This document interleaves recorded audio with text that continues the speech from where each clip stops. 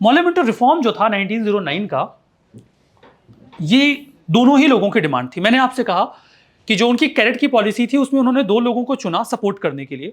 उसमें एक थे मॉडरेट्स और दूसरे थे मुस्लिम्स। दोनों ही रिफॉर्म चाहते थे, दोनों ही रिफॉर्म चाहते थे, शांति वाले reform, constitutional reform, administrative reform. और इन रिफॉर्म्स को लाने के लिए जो प्रयास किए जा रहे थे उसी के रिजल्टेंट मॉर्ले मिंटो रिफॉर्म 1909 में आता है, जो कि एक कानून के फॉर्म में आ जाता है। जब भी आपको दो नाम मिलेंगे मॉर्ले मिंटो, तो इसमें समझिए कि कौन क्या है। भारत को गवर्न करने के लिए दो पद बनाए गए थे, एक वायसराय का जो इंडिया में बैठता था, एक सेक्रेटरी ऑफ स्टेट का जो ब्रिटेन में बैठता था। अगर कोई ब्रिटेन में बैठ रहा है तो उसका पद बाई नेम ऊपर होगा, क्योंकि वो वहां की काउंसिल का एक मिनिस्टर होता था।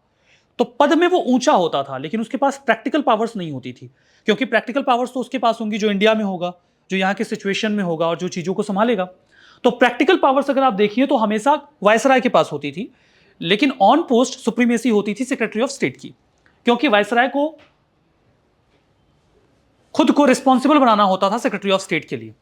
तो जब भी ऐसे रिफॉर्म्स में दो नाम आएंगे, मॉर्ले और मिंटो, तो मॉर्ले पहला नाम किसका होगा? सेक्रेटरी ऑफ स्टेट का। और दूसरा नाम किसका होगा? वायसराय का। ठीक है। इसके बाद मॉन्टफोर्ट रिफॉर्म आएगा। मॉन्टफोर्ट रिफॉर्म को जो 1919 में आएगा, जिसे आप मॉन्टेग्यू चेम्सफोर्ड रिफॉर्म भी बोल सकते हो, शॉर्ट में मॉन्टफोर्ट रिफॉर्म कह देते हैं। तो उसमें जो मॉन्टेग्यू चेम्सफोर्ड रिफॉर्म है, उसमें मॉन्टेग्यू किसका नाम होगा और चेम्सफोर्ड किसका नाम होगा? वायसराय का। तो बस छोटी सी बात है, कंफ्यूजन ये होती है कि कौन किसका नाम है। ये दो लोगों के नाम है, मॉन्टफोर्ट या मॉर्ले मिंटो। तो लॉर्ड मॉर्ले उस समय सेक्रेटरी ऑफ स्टेट हुआ करते थे जब 1909 में ये पूरा प्रस्ताव लाया गया, कानून के तौर पे एक्ट भी लाया जाता है 1909 का। और लॉर्ड मिंटो उस समय इंडिया के वायसराय हुआ करते थे। तो बस बिल्कुल याद रहे कि ये दो नाम है, जिसमें पहला नाम सेक्रेटरी ऑफ स्टेट का है और दूसरा नाम उस समय के जो वायसराय थे उनका है। ठीक है। 1909 में ये लोग ये रिफॉर्म लेकर आते हैं, लेकिन इस रिफॉर्म के बैकग्राउंड में एक बहुत ही की रोल होता है मुस्लिम लीग का। मुस्लिम लीग, कई सारे मुस्लिम प्रोमिनेंट लीडर्स जो होते हैं वो शिमला में लॉर्ड मिंटो से मिलने जाते हैं। लॉर्ड मिंटो कौन है? वायसराय है। तो वायसराय है तो वो इंडिया में रहेगा, तो उससे मिलने के लिए एक शिमला डिप्यूटेशन जाता है। डिप्यूटेशन कुछ ग्रुप ऑफ पीपल होते हैं जो किसी सर्टेन एजेंडा से एक मुलाकात करने के लिए किसी हायर ऑफिशियल के पास जाते हैं। तो शिमला में ये लोग मुलाकात करने जाते हैं, तो उसे नाम दिया जाता है शिमला डिप्यूटेशन। शिमला डिप्यूटेशन को लीड किया जाता है आगा खान के द्वारा। ये लोग लॉर्ड मिंटो से मिलने जाते हैं। शिमला में जब इनकी मुलाकात होती है लॉर्ड मिंटो से, 1906 के अक्टूबर की बात कर रहे हैं, अक्टूबर की बात कर रहे हैं, क्योंकि नवंबर और दिसंबर 2 महीने बाद मुस्लिम लीग को बनाया जाना है। तो मुस्लिम लीग के बनने के 2 महीने पहले की घटना है ये, जब शिमला डिप्यूटेशन मिंटो से मिलने जाता है। वहां पे वो मुस्लिम्स के लिए सेपरेट इलेक्टोरेट की मांग करते हैं, और इसका आधार वो बताते हैं कि मुस्लिम्स की एक बहुत बड़ी संख्या इंडिया में है, लेकिन उनको रिप्रेजेंटेशन नहीं मिलता। मुस्लिम्स की एक बहुत बड़ी संख्या है, एक न्यूमेरिकल स्ट्रेंथ है उनकी इंडिया में, लेकिन उनको रिप्रेजेंटेशन नहीं मिलता। तो उनको रिप्रेजेंटेशन मिले, इसके लिए जरूरी है कि उनको सेपरेट इलेक्टोरेट मिले। दूसरा कि वो बहुत ज्यादा कंट्रीब्यूट करते हैं ब्रिटिशर्स को इंडिया में रूल करने को लेकर। उनका कंट्रीब्यूशन चूंकि बहुत अच्छा है, और वो जो ब्रिटिश एम्पायर है इंडिया में उसे डिफेंड करने में भी मदद करते हैं। तो उनके ग्राउंड्स क्या थे कि हम आपके प्रति लॉयल हैं, हम कंट्रीब्यूट करते हैं, और हम आपके एम्पायर को डिफेंड करने में भी यहां पे मदद करते हैं।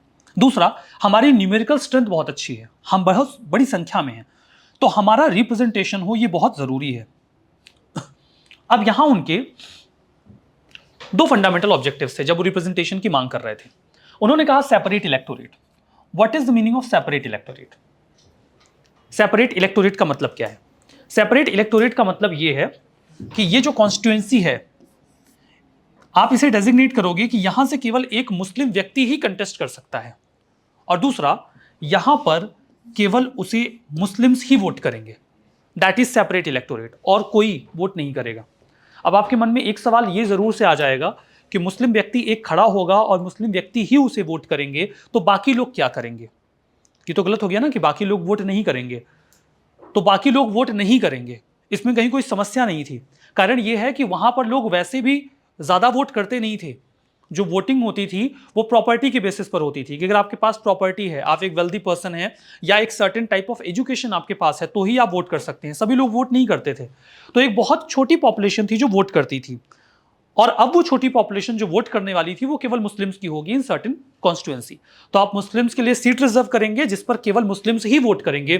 That was separate electorate. इस तरीके से कुछ कॉन्स्टिट्यूएंसीज में इस बात को बिल्कुल श्योर कर दिया जाएगा कि वहां से जो व्यक्ति चुनकर आएगा वो मुस्लिम ही होगा। अब देखिए यहां पर ऐसा नहीं है कि मुस्लिम्स का रिप्रेजेंटेशन होता नहीं था, असल मामला यहां आइडियोलॉजी का था। आइडियोलॉजी का था, जैसे कि मुस्लिम्स तो कांग्रेस में भी थे, मुस्लिम्स कांग्रेस में भी थे, लेकिन कांग्रेस में जो मुस्लिम्स होते थे वो इन जनरल नेशनलिस्ट गोल्स को लेकर ज्यादा इंटरेस्टेड रहते थे।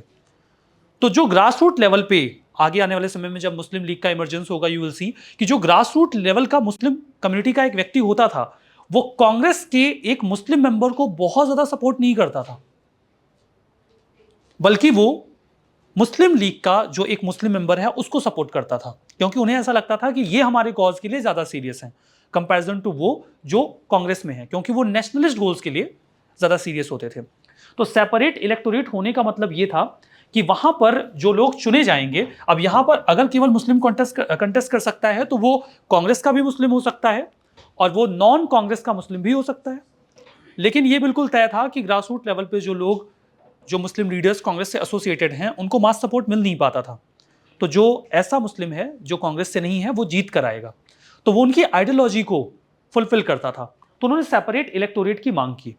ये डिमांड सिमला डिप्यूटेशन में की जाती है। ये डिमांड फुलफिल होगी 1909 में, लेकिन इसे रेज किया जा रहा है 1906 में। 1906 में ये डिमांड रेज की जाती है। अच्छा देखिए, अभी 19 वाला स्टार्ट हो गया तो मुझे बड़ा रिलैक्स हो गया कि अब मैं गलत नहीं बोलूंगा, क्योंकि मैं गलत बोलूंगा तो 19 बोलूंगा और अब मैं वहां आ गया हूं। नहीं, ये मेरा 18-19 बहुत होता है। ठीक है, ये जो ग्रुप था इन्होंने ही आगे चल के मुस्लिम लीग का जो फॉर्मेशन है उसको इंश्योर किया। कई सारे और भी लीडर्स थे इसमें, नवाब सलीमुल्लाह ऑफ ढाका, नवाब मोहसिन उल मुल्क और वकर उल मुल्क। ये सभी लोग दिसंबर में 1906 में मिलकर मुस्लिम लीग को स्टैब्लिश करते हैं। मुस्लिम लीग का जो स्टैब्लिशमेंट है वो होगा 31 ऑफ दिसंबर,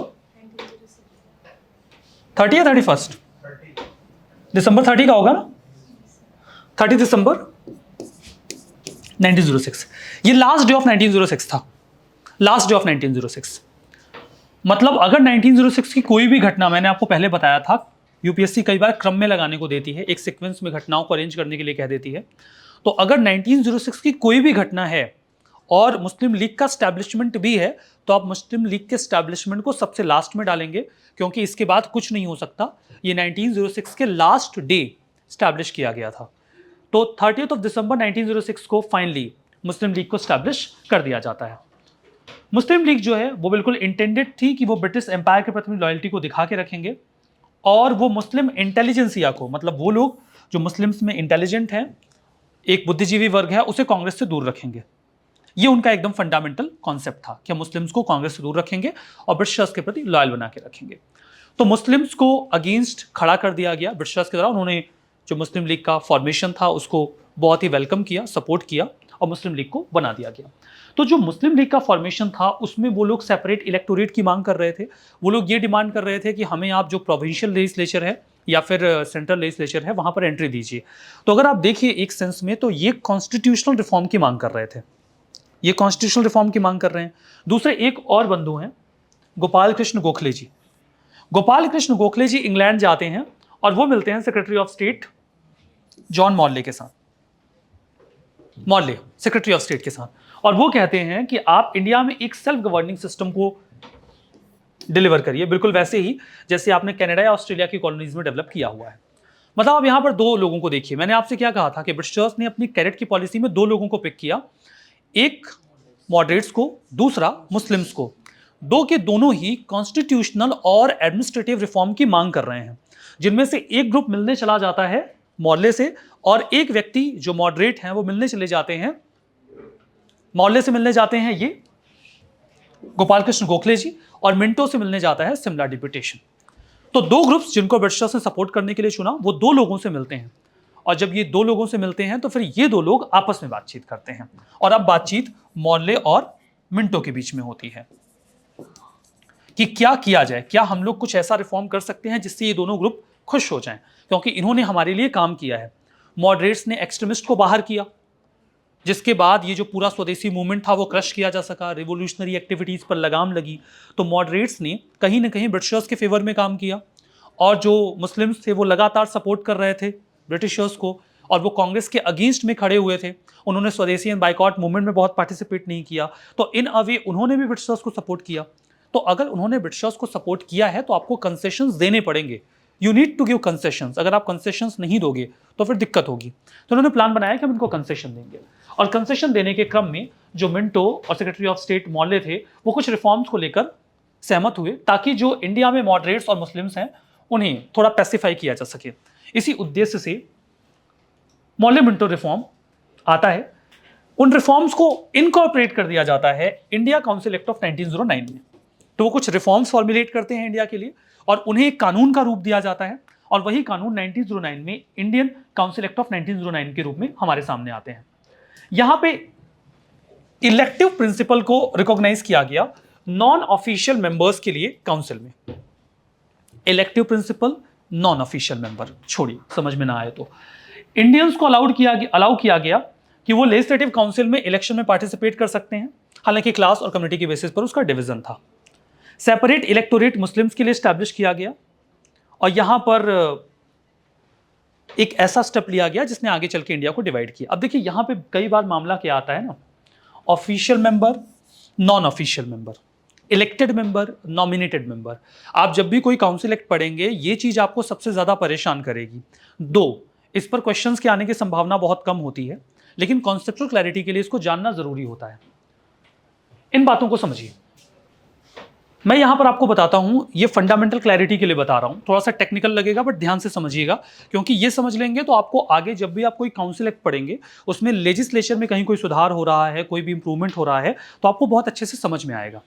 ध्यान से समझिएगा कि चाहे वो प्रोविंशियल लेजिस्लेटिव काउंसिल हो या फिर इंपीरियल लेजिस्लेटिव काउंसिल हो। जो इंपीरियल लेजिस्लेटिव काउंसिल थी वो पूरे इंडिया के लिए काम करती थी, वो एक थी, और अलग अलग प्रोविंसेस में कई सारी छोटी छोटी प्रोविंशियल लेजिस्लेटिव काउंसिल हुआ करती थी।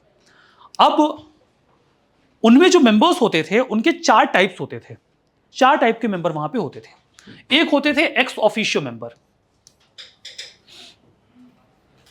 Ex officio member, ex officio member का मतलब आप लोग जानते हो,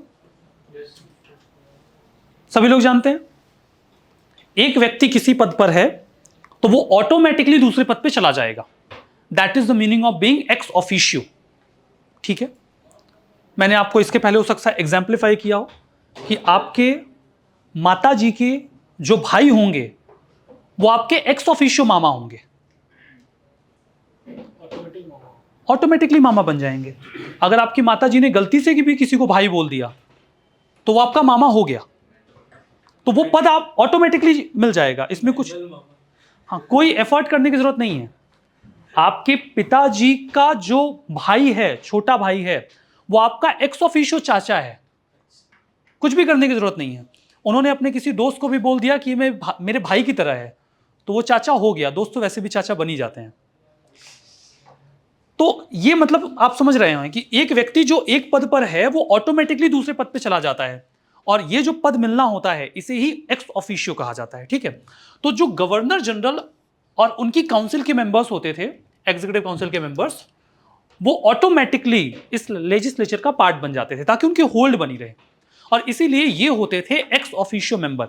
हमें नहीं पता कि उनकी एग्जीक्यूटिव काउंसिल का मेंबर कौन है जो लेजिस्लेचर में जा रहा है। जो कोई भी यहां पे एग्जीक्यूटिव काउंसिल का मेंबर होगा वो ऑटोमेटिकली लेजिस्लेचर में चला जाएगा।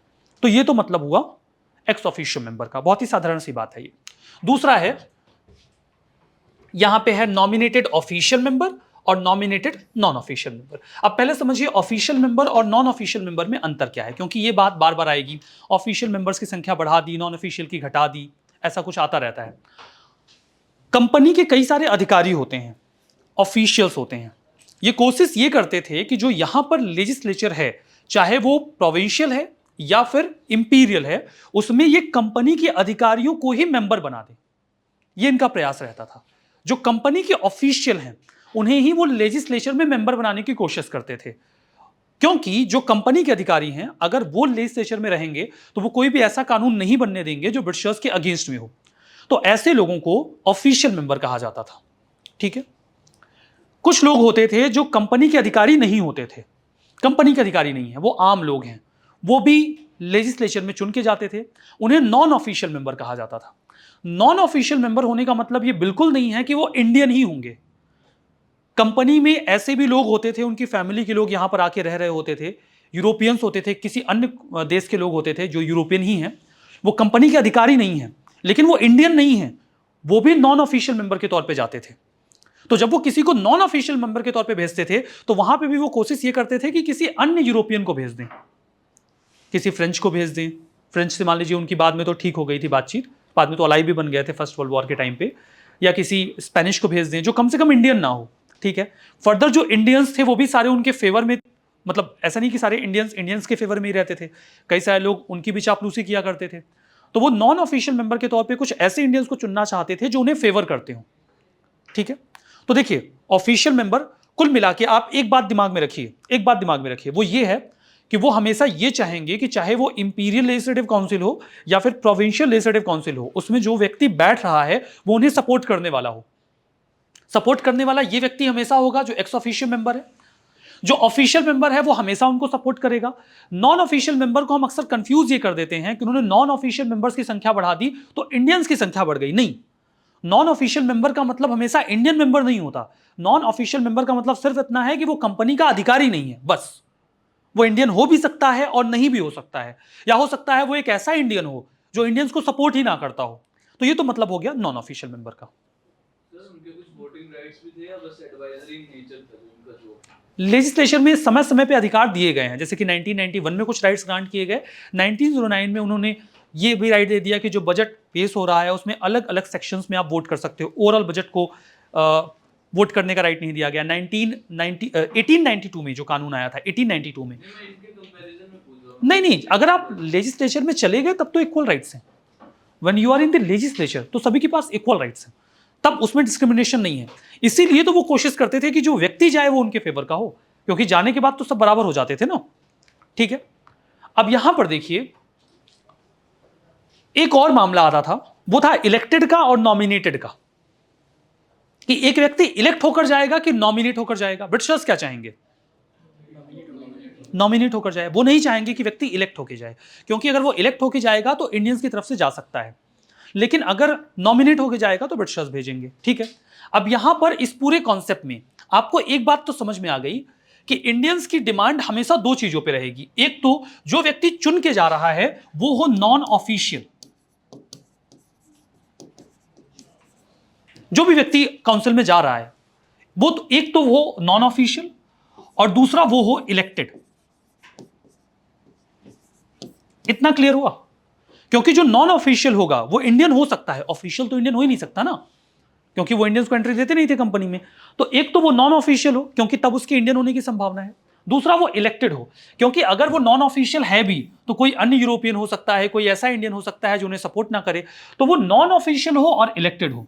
सारी लड़ाई इसी चीज के लिए होगी। जब भी हम कहेंगे कॉन्स्टिट्यूशनल रिफॉर्म चाहिए, लेजिस्लेटिव रिफॉर्म चाहिए, तो जब भी हम लेजिस्लेटिव रिफॉर्म की मांग करेंगे तो उस मांग का एक बहुत बड़ा हिस्सा यह होगा कि आप नॉन ऑफिशियल मेंबर्स की संख्या को बढ़ाइए, आप इलेक्टेड मेंबर्स की संख्या को बढ़ाइए।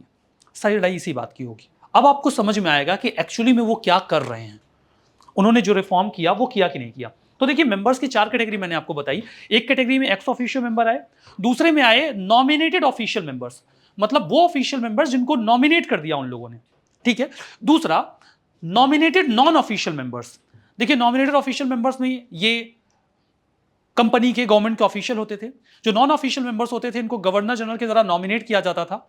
वो गवर्नमेंट ऑफिशियल्स नहीं होते थे, वो इंडियन हो भी सकते थे, नहीं भी हो सकते थे। ठीक है, तो नॉमिनेटेड ऑफिशियल मेंबर्स और नॉमिनेटेड नॉन ऑफिशियल मेंबर्स, और तब नंबर आता था इलेक्टेड मेंबर्स का। सर ये जो नंबर 3 है नॉमिनेटेड नॉन ऑफिशियल मेंबर्स, मतलब क्या बाकी जब दो हैं तो इनका रोल फिर क्या रह जाता था? तो नॉन ऑफिशियल भी हैं, नॉमिनेटेड भी हैं, तो क्या बस खाली रिप्रेजेंट करने? जैसे मान लीजिए उन्होंने कैटेगरी ये बनाई कि हम नॉन ऑफिशियल मेंबर्स की संख्या को बढ़ा रहे हैं, लेकिन हम उनको नॉमिनेट करेंगे, तो वो नॉन ऑफिशियल अपनी पर्पस ये था कि वो अपनी इच्छा के किसी इंडियन को भी नॉमिनेट कर सकते थे। राजा ऑफ बनारस बड़ा सपोर्ट कर रहा है उनको। राजा ऑफ बनारस उन्होंने लेजिस्लेचर में डाल दिया नॉमिनेट करके। वो बोलेंगे देखो हमने इंडियन को डाल दिया, लेकिन वो इंडियन उनके काम का नहीं है, हमारे काम का नहीं है, वो दिखाने के लिए ये उनका पर्पस सर्व कर देता था। ये उनका ऑब्जेक्टिव था कि हम इंडियंस को एंट्री दे रहे हैं लेकिन उनको नॉमिनेट कर रहे हैं, तो अपने फेवर के व्यक्ति को नॉमिनेट कर लेते थे जो नॉन ऑफिशियल होता था। समझ में आ रहा है? ये चारों कैटेगराइजेशन में कोई दिक्कत नहीं। क्योंकि ये कैटेगराइजेशन आपको समझ में आ गया है ना, तो आगे जो रिफॉर्म्स किए जाएंगे, चाहे वो 1909 के हों, 19 के हों, 35 के हो, उसमें जो लेजिस्लेटिव रिफॉर्म किया जाएगा उसमें आपको समझ में आएगा कि रिफॉर्म हो रहा है कि नहीं हो रहा है। अब इतनी सारी बातों के बाद जो आपको दिमाग में की रखनी है वो ये रखनी है कि इंडियंस हमेशा इस बात की डिमांड करेंगे कि जो लेजिस्लेचर में मेंबर्स हैं वो एक तो नॉन ऑफिशियल हो और दूसरे इलेक्टेड हो। इतना याद रखिएगा, दिमाग में एकदम बिठा के रखिएगा। एक तो वो नॉन ऑफिशियल हो, दूसरे इलेक्टेड हो। नॉन ऑफिशियल हो, इलेक्टेड हो। इलेक्टेड होंगे तो हमें चुनने का मौका मिलेगा, नॉन ऑफिशियल होंगे तो कंपनी के अधिकारी नहीं होंगे, हमारी ओर से भी लोग जा सकते हैं। इतना मामला क्लियर है? अगर इतना मामला क्लियर है तो आगे देखिए कि उन्होंने रिफॉर्म्स में किए क्या, व्हाट काइंड ऑफ रिफॉर्म दे। क्या किया उन्होंने? सबसे पहले तो उन्होंने जो इलेक्टेड मेंबर्स के नंबर थे इंपीरियल लेजिस्लेटिव काउंसिल में और प्रोविंशियल लेजिस्लेटिव काउंसिल में, उसे इंक्रीज कर दिया। रिफॉर्म किया कि नहीं किया? किया ना, क्योंकि हम क्या कहते थे, इलेक्टेड मेंबर की संख्या बढ़ाओ, उन्होंने बढ़ा दिया, तो रिफॉर्म हुआ कि नहीं? जब हम कहेंगे कि रिफॉर्म कर रहे हैं तो रिफॉर्म दिखना भी तो चाहिए। अब अगर मैंने वो बात आपको ना बताई होती तो आपको इस बात का रियलाइजेशन होता नहीं कि रिफॉर्म हो रहा है कि नहीं हो रहा है। रिफॉर्म हो रहा है क्योंकि हम चाहते थे कि इलेक्टेड मेंबर्स की संख्या को बढ़े। दूसरा, प्रोविंशियल काउंसिल में जो नॉन ऑफिशियल मेजोरिटी थी उसको इंट्रोड्यूस किया गया। नॉन ऑफिशियल मेजोरिटी, रिफॉर्म हुआ कि नहीं हुआ? ऑफिशियल मेजॉरिटी मतलब कंपनी के अधिकारियों की मेजॉरिटी, नॉन ऑफिशियल मेजॉरिटी मतलब वो लोग मेजॉरिटी में होंगे जो कंपनी के अधिकारी नहीं है। रिफॉर्म हुआ कि नहीं हुआ? हुआ ना, मेजॉरिटी मेंटेन की गई। हालांकि कुछ जो नॉन ऑफिशियल मेंबर्स थे उनको नॉमिनेट भी किया जा रहा था। नॉन ऑफिशियल मेंबर नॉमिनेटेड भी हो सकते हैं, इलेक्टेड भी हो सकते हैं। हम तो चाहते हैं कि नॉन ऑफिशियल मेंबर हमेशा इलेक्टेड हो, लेकिन ये लोग नॉमिनेट भी करते थे। तो इन्होंने ये तो कहा कि नॉन ऑफिशियल मेंबर्स की मेजोरिटी रहेगी, लेकिन नॉन ऑफिशियल इलेक्टेड मेंबर्स की मेजोरिटी नहीं रहेगी, क्योंकि वो कुछ मेंबर्स को नॉमिनेट भी कर रहे हैं। इसीलिए ओवरऑल नॉन इलेक्टेड मेजोरिटी बनी रही। मतलब नॉन ऑफिशियल मेंबर्स तो ज्यादा संख्या में रहे, लेकिन वो लोग ज्यादा संख्या में हैं जो इलेक्ट नहीं हो रहे हैं। नॉन इलेक्टेड मेंबर्स की मेजोरिटी रही। समझ में आ रहा है? मतलब ये रिफॉर्म तो है लेकिन आधा रिफॉर्म है। आधा रिफॉर्म में समझ में आ रहा है ना? रिफॉर्म है क्योंकि उन्होंने कहा कि नॉन ऑफिशियल मेजॉरिटी रहेगी, लेकिन इस रिफॉर्म को उन्होंने कर्टेल कर दिया क्योंकि बोला कि हम जो नॉन ऑफिशियल मेंबर्स हैं उनमें से भी कुछ को नॉमिनेट करेंगे। समझ में आ रही है लाइंस? ये लाइन समझ में नहीं आती अगर हमने इसके पहले की स्लाइड ना समझी होती तो, बट मुझे उम्मीद है कि अब ये आपको समझ में आ रहा है। दूसरा, सुमित सरकार ने कुछ डेटा दिया है, कुछ डेटा उन्होंने दिया। उनके अकॉर्डिंग जो उनका डेटा था आप उसको समझिए। ये डेटा वैसे आपसे कहीं पूछा नहीं जाएगा। इसको बताने का उद्देश्य सिर्फ इतना है कि आप ये समझ पाएं कि 1909 में रिफॉर्म हुआ था कि नहीं हुआ था। इट वॉज अ रिफॉर्म और नॉट। अगर 1909 पे ओवरऑल कोई क्वेश्चन आता है, 1935 पे क्वेश्चन आ चुका है, 1935 पे क्वेश्चन आ चुका है। अगर कभी बाय डिफॉल्ट 1909 पर क्वेश्चन आता है तो आपको पता हो कि रिफॉर्म हुआ था कि नहीं हुआ था। मैं मेंस की बात कर रहा हूं, प्रीलिम्स का नहीं। प्रीलिम्स में तो कई बार क्वेश्चन आ चुके हैं। उन्होंने ये कहा, उन्होंने जो डेटा दिया है वो इंपीरियल लेजिस्लेटिव काउंसिल का दिया है, मतलब वो लेजिस्लेटिव काउंसिल जो नेशनल लेवल पे लॉ बनाया करती थी। उसमें टोटल 69 मेंबर्स थे, जिनमें से 37 ऑफिशियल थे और 32 नॉन ऑफिशियल थे। मतलब ऑफिशियल मेंबर्स की मेजोरिटी है, ऑफिशियल मेंबर्स की मेजोरिटी है। जो 32 नॉन ऑफिशियल्स थे, चलो उनकी संख्या को बढ़ा तो दिया गया, उसमें जो 5 थे वो नॉमिनेट होते थे। ठीक है, फर्दर आप 32 में से 5 नॉमिनेट हो गए नॉन ऑफिशियल में, तो वो लोग जो इलेक्ट हो रहे हैं वो कितने बचे? 27। हमारे काम के कौन हैं? जो इलेक्ट हो रहे हैं। जो नॉमिनेट हो गए वो हमारे मतलब के नहीं है, हमारे मतलब के वो हैं जो इलेक्ट हो रहे हैं। तो चलो कम से कम 69 लोगों में 27 तो हमें ऐसे मिल रहे हैं ना जो इलेक्ट हो रहे हैं, लेकिन इसमें भी घपला है। ये 27 हमें पूरे नहीं मिल रहे हैं, इसमें भी लफड़ा है। इसमें क्या है देखिए, जो 8 सीट है वो मुस्लिम्स के लिए रिजर्व हो जाएगी। वो काम के नहीं रह गए क्योंकि ब्रिटिशर्स के प्रति उनको लॉयल्टी दिखानी थी एट दैट टाइम, वो इसको लेके कमिटेड थे और उसी की बेसिस पे कंसेशंस लेते थे। ये 8 सीट बेकार हो गई सेपरेट इलेक्टोरेट के बेसिस पर, वहां पे केवल मुस्लिम से उनको वोट करेंगे। फर्दर 4 सीट रिजर्व कर दी गई ब्रिटिश कैपिटलिस्ट के लिए। नॉन ऑफिशियल है ना, नॉन ऑफिशियल में केवल कंपनी के अधिकारी नहीं होंगे, कोई अन्य ब्रिटिश तो हो सकता है ना। तो 4 जो ब्रिटिश कैपिटलिस्ट हैं उनके लिए रिजर्व कर दी। ये बेकार हो गया कि नहीं हो गया? 2 लैंडलॉर्ड्स के लिए रिजर्व कर दी, ये भी उनके लॉयलिस्ट होते थे, ये भी बेकार हो गया। ओवरऑल मिला कितना? 13। 13 सीट्स थी जो जनरल थी, जो शुद्ध रूप से इलेक्टेड होते थे और नॉन ऑफिशियल थे। तो 69 मेंबर्स में जो अरेंजमेंट किया गया था उसमें नॉन ऑफिशियल मेंबर्स की संख्या को बढ़ाया तो गया, लेकिन उसे इस तरीके से मैनेज किया गया कि अभी भी वो लोग जो इंडियंस को एडवोकेट कर सकते थे उनकी संख्या न के बराबर थी। 69 मेंबर्स की लेजिस्लेटिव काउंसिल में केवल 13 ऐसे लोग थे जो शुद्ध रूप से इलेक्ट होते थे और नॉन ऑफिशियल थे। कहां पर? 32 में से 5 को नॉमिनेट कर दिया। 8 यहां 27 में से माइनस कर दीजिए ना आप, ये 27 में से 8 है ना। समझ में आ रहा हो तो यहां देख लीजिए ना, यहां क्लैरिफिकेशन मिलेगा आपको। 69 मेंबर्स थे, 37 officials, 32 non officials. Non officials पहले और कम थे, बाद में उनकी संख्या को बढ़ाया गया। अब हमें लगा बहुत अच्छी बात है क्योंकि नॉन ऑफिशियल्स की संख्या थोड़ी सी बढ़ गई है तो हमारा लेजिस्लेचर में से थोड़ा सा बढ़ेगा। लेकिन जो 37 नॉन ऑफिशियल थे उनमें से जो 5 थे उनको नॉमिनेट कर दिया गया, तो हमें ले दे के मिले 27। हमने कहा चलो 27 भी मिले हैं तो ठीक है, 27 से भी कुछ तो बात बनेगी, हम भी कुछ एडवोकेट करेंगे, बहसबाजी करेंगे। लेकिन 27 को उन्होंने 4 हिस्सों में डिवाइड कर दिया। 8 सेपरेट इलेक्टोरेट के माध्यम से मुस्लिम्स को दे दिया, 4 ब्रिटिश कैपिटलिस्ट को दे दिया, 2 लैंडलॉर्ड्स को दे दिया। तो ये सीट्स भी लगभग इंडियंस के काम की तो नहीं रह गई क्योंकि ब्रिटिश लॉयलिस्ट हुआ करते थे। जो सीट्स जनरल इलेक्टोरेट के लिए बची वो थी 13। नाउ अब आप इवेल्युएट कर सकते हैं कि 1909 में जो मॉर्ले मिंटो रिफॉर्म आया था वो एक्चुअली में रिफॉर्म था भी कि नहीं था। बिकॉज ये देख के तो नहीं लग रहा कि रिफॉर्म था, दिखाने को लग रहा था कि हां नॉन ऑफिशियल मेजॉरिटी बढ़ा दी, नॉन ऑफिशियल की संख्या बढ़ा दी, मेजॉरिटी में तो इनको नहीं रखा गया था। नॉन ऑफिशियल मेजॉरिटी प्रोविंसेस में की गई थी, सेंट्रल लेवल पे नहीं। सेंट्रल लेवल पे जो इंपीरियल काउंसिल थी वहां पे अभी भी ऑफिशियल मेजॉरिटी है, दिख रहा है ना। नॉन ऑफिशियल्स की संख्या बढ़ाई गई, मेजॉरिटी में उनको नहीं रखा गया और उसमें भी उनको इतना फ्रेगमेंट किया गया है, इतना तोड़ा गया है कि इंडियंस को फेवर नहीं मिलने वाला है। तो ये तो एक डिवीजन हुआ जो सुमित सरकार ने अपनी किताब में बता रखा है। तो ये क्लियर हुआ। तो 1909 का रिफॉर्म एक्चुअली में रिफॉर्म था या नहीं था, इससे आपको आइडिया लग रहा होगा। ये केवल मिथ था कि वो 1909 में रिफॉर्म लेकर आए, एक्चुअली में वो रिफॉर्म था ही नहीं, वो केवल दिखावा था। एक आम आदमी को जिसको इतनी टेक्निकलिटी ना समझ में आती हो, मतलब ये समझिए कि आपको भी आज समझना पड़ रहा है कि ऑफिशियल नॉन ऑफिशियल मेंबर कैसे हैं, इलेक्टेड नॉमिनेटेड कैसे हैं, हमें क्या चाहिए, हमें नॉन ऑफिशियल चाहिए, हमें इलेक्टेड चाहिए। इतनी बात आपको आज दिमाग लगा के समझना पड़ रहा है जबकि आप यूपीएससी एस्पिरेंट हैं और हिस्ट्री को पढ़ रहे हैं। एक आम इंसान को उस समय तो ये क्या ही समझ में आएगा। वो ढोल अगर पीटेंगे कि हाँ हमने रिफॉर्म किया है तो लोगों को लगेगा कि किया है। ये केवल नेशनलिस्ट ही समझ पाएंगे कि रिफॉर्म नहीं हुआ है। लेकिन उस समय मीन्स ऑफ कम्युनिकेशन इतना अच्छा था नहीं ना कि आप फटाक से मैसेज स्प्रेड करना शुरू कर दो व्हाट्सएप और टेलीग्राम पे और लोगों को पता चल जाए कि अंग्रेज कर क्या रहे हैं।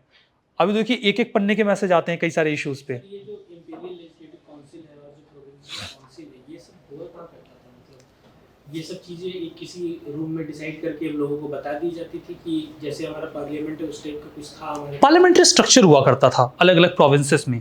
दिल्ली में जैसे इन्होंने बाद में अपना सेंटर, इसके पहले कलकत्ता इनका सेंटर था, तो जो इंपीरियल लेजिस्लेटिव काउंसिल थी वो कलकत्ता से ऑपरेट किया करती थी, बाद में दिल्ली से ऑपरेट होने लगी। जैसे आज का पार्लियामेंट बिल्कुल वैसे ही काम होता था जैसे आज के पार्लियामेंट में काम होता है।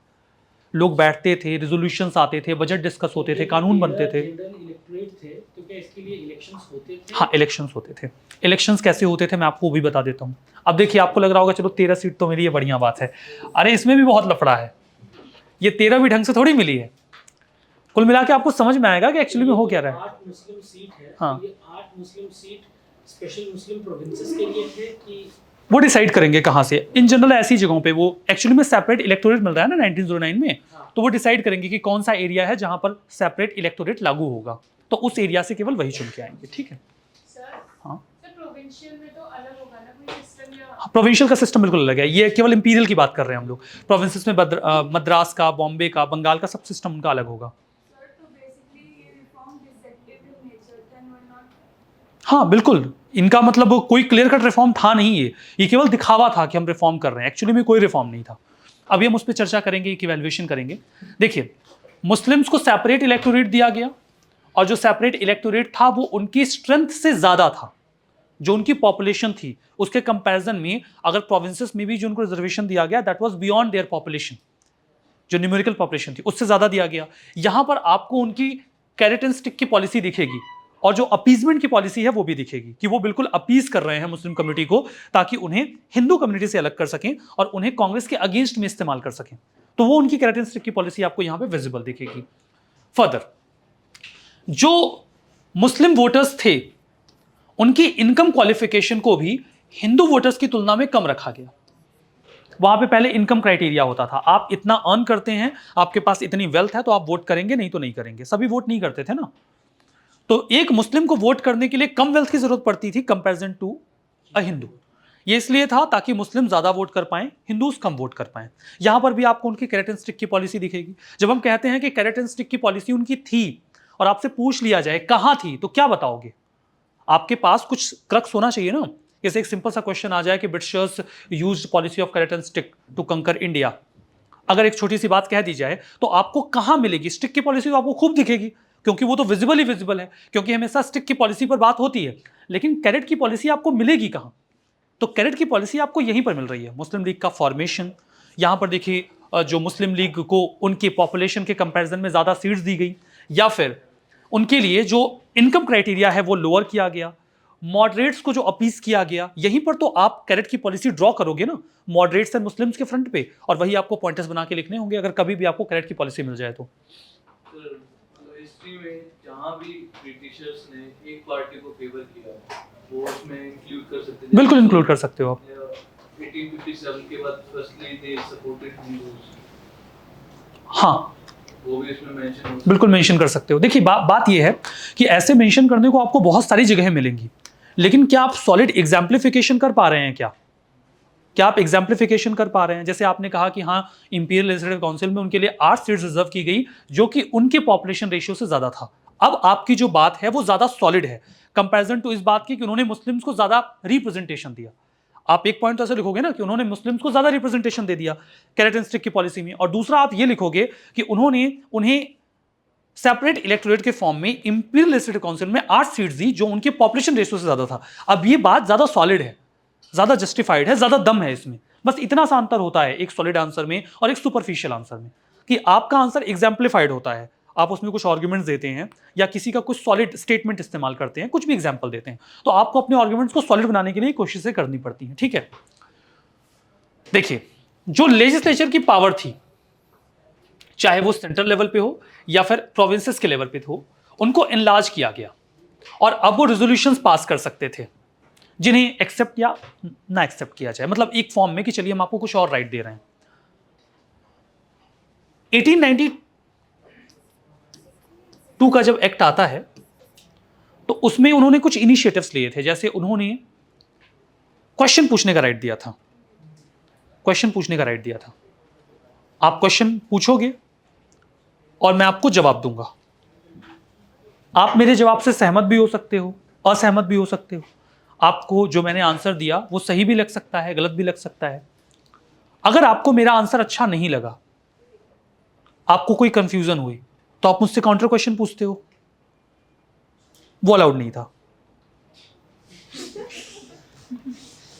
आपने सवाल पूछा, मैंने जवाब दे दिया, आपको अच्छा लगा, बुरा लगा, शांत रहिए। मैं सेफ हूं ना, मैं कुछ भी जवाब दे सकता हूं। I can answer anything. Fortunately ऐसी व्यवस्था यहां नहीं है। नहीं, टीचर के लिए पढ़ाना कितना आसान हो जाए, कोई टेंशन नहीं, जो मर्जी पढ़ाओ। आपके पूछने का भी क्या ही मतलब है? क्या करोगे आप पूछ के? लाइक आप काउंटर क्वेश्चन कर ही नहीं सकते ना। जो काउंटर क्वेश्चन आप करते हो, इसे ही कॉन्स्टिट्यूशनल लैंग्वेज में सप्लीमेंट्री क्वेश्चन कहा जाता है, पूरक प्रश्न कहा जाता है ना, सप्लीमेंट्री क्वेश्चन। तो जब एक क्वेश्चन पूछा जाता है तो उसमें अगर कोई एम्बिग्यूटी है, कुछ क्लियरेंस नहीं है, प्रॉपर जस्टिफिकेशन नहीं है, तो उसे काउंटर करने के लिए सप्लीमेंट्री क्वेश्चन पूछा जाता है। लेकिन उस समय क्वेश्चन पूछने का राइट तो दिया गया, लेकिन सप्लीमेंट्री क्वेश्चन पूछने का राइट नहीं दिया गया। सर एक चीज़ बताइए प्लीज़ कि मतलब 1947 से पहले 1950 से पहले जब हमारा कॉन्स्टिट्यूशन आया, उसके पहले जो ये कॉन्स्टिट्यूशनल रिफॉर्म्स हो रहे थे, तो हम किस कॉन्स्टिट्यूशन को एक्चुअली फॉलो कर रहे थे? क्योंकि हमारे पास तो ड्राफ्ट था नहीं, क्योंकि हम जो इंग्लिश इम्पेरियल जो कॉन्स्टिट्यूशन था उसको ही फॉलो कर रहे थे कि वो जो group of collection of acts और क्या था? एक्चुअली में वो कॉन्स्टिट्यूशन नहीं था, वो ये एक्ट थे।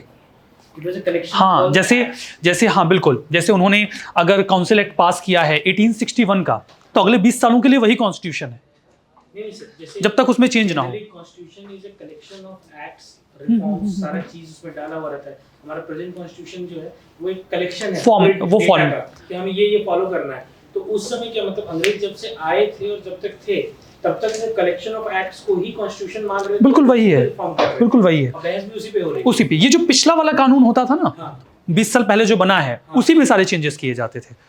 और जो तैयार होता था, जब अगली बार चेंजेस होंगे तो पिछले वाले में होंगे। जब 19 वाला आएगा तो 9 वाले में चेंजेस होंगे।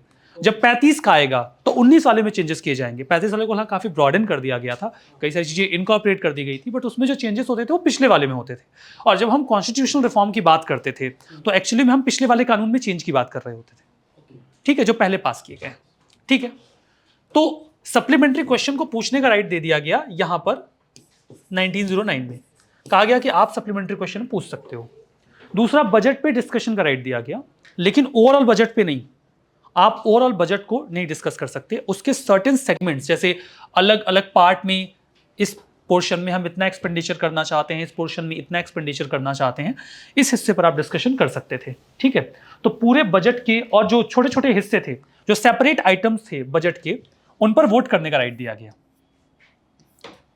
कि हाँ हम एजुकेशन पे इतना खर्चा करना चाहते हैं, आपको अच्छा लग रहा है कि नहीं लग रहा है, वोट कर लो, ठीक है।